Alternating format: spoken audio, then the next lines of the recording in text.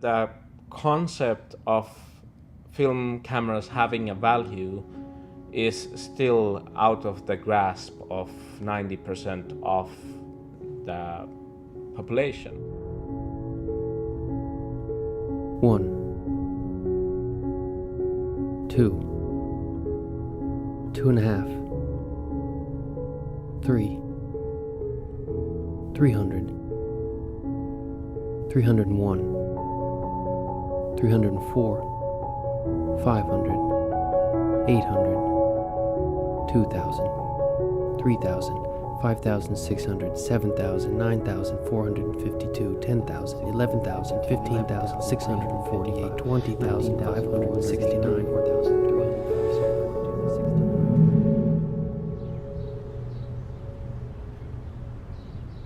100,000. That's how many analog cameras the small team inside this building has vowed to save by the year 2020.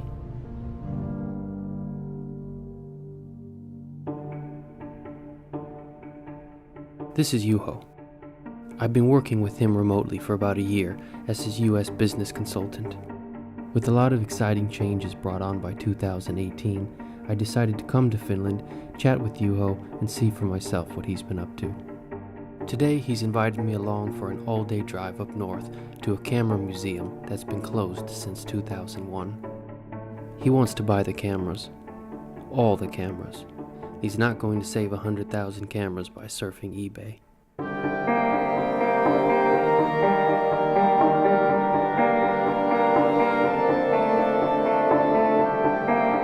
When we look at the whole picture, there's around 30,000 different kinds of cameras, film cameras, and I don't want to deprive the future generations from this abundant choice pool that we have now.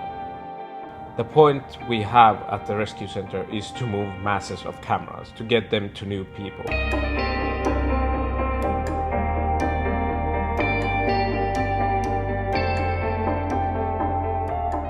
We're here today in the showroom of the Camera Rescue Center in Tampere, where you have the goal of rescuing 100,000 analog cameras by 2020. What does that mean to rescue a camera, and why does a camera need to be rescued? Well, rescuing a camera for us is a whole process. Taking a camera that is out of the market or circulation, out of anyone's use, and bringing it into use to someone else who is enjoying it, or who will enjoy it, who is looking for it.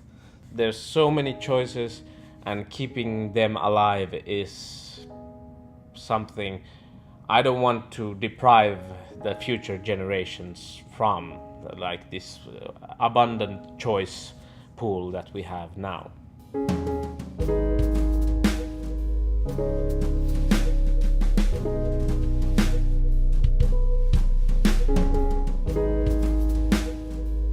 So, where are you at in your 100,000? How many cameras have you saved so far?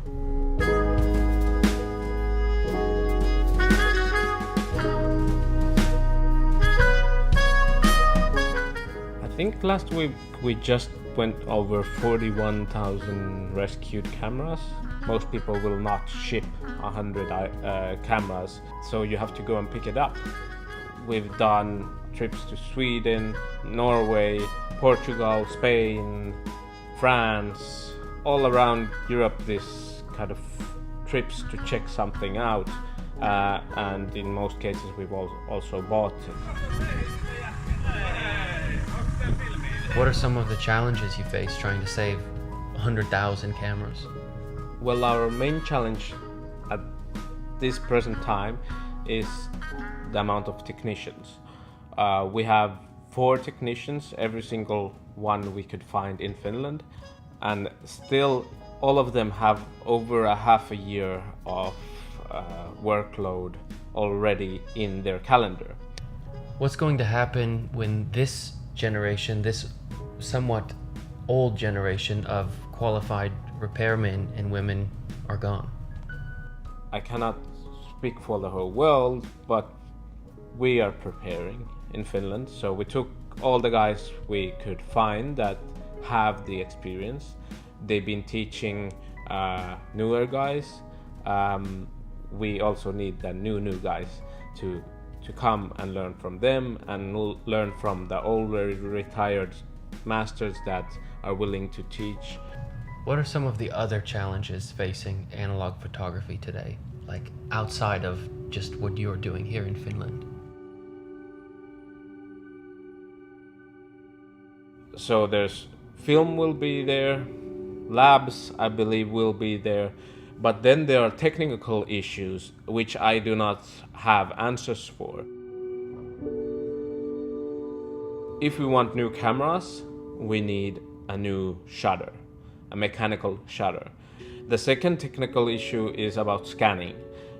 Most of the scanners that are around are based on Windows XP, and there's absolutely no support for Windows XP. There hasn't been for 5 years. We need a machine that does that. I mean, it's not rocket science.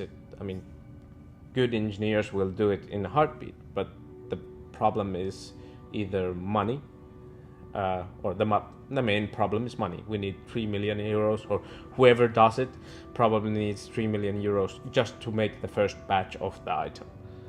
If we want new people to come to film, we need to make the first roll very easy, and to make the first roll very easy, it has to be cheap.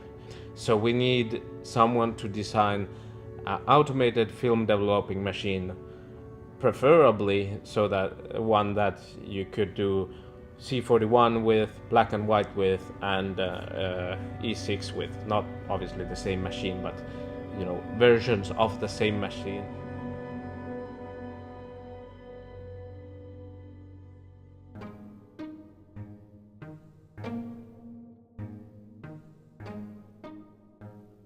I took a walk around and got lots of video of the different rooms and things going on here. I'd like to show it to you, and if you could tell me kind of what's going on here. Well, obviously this is the showroom.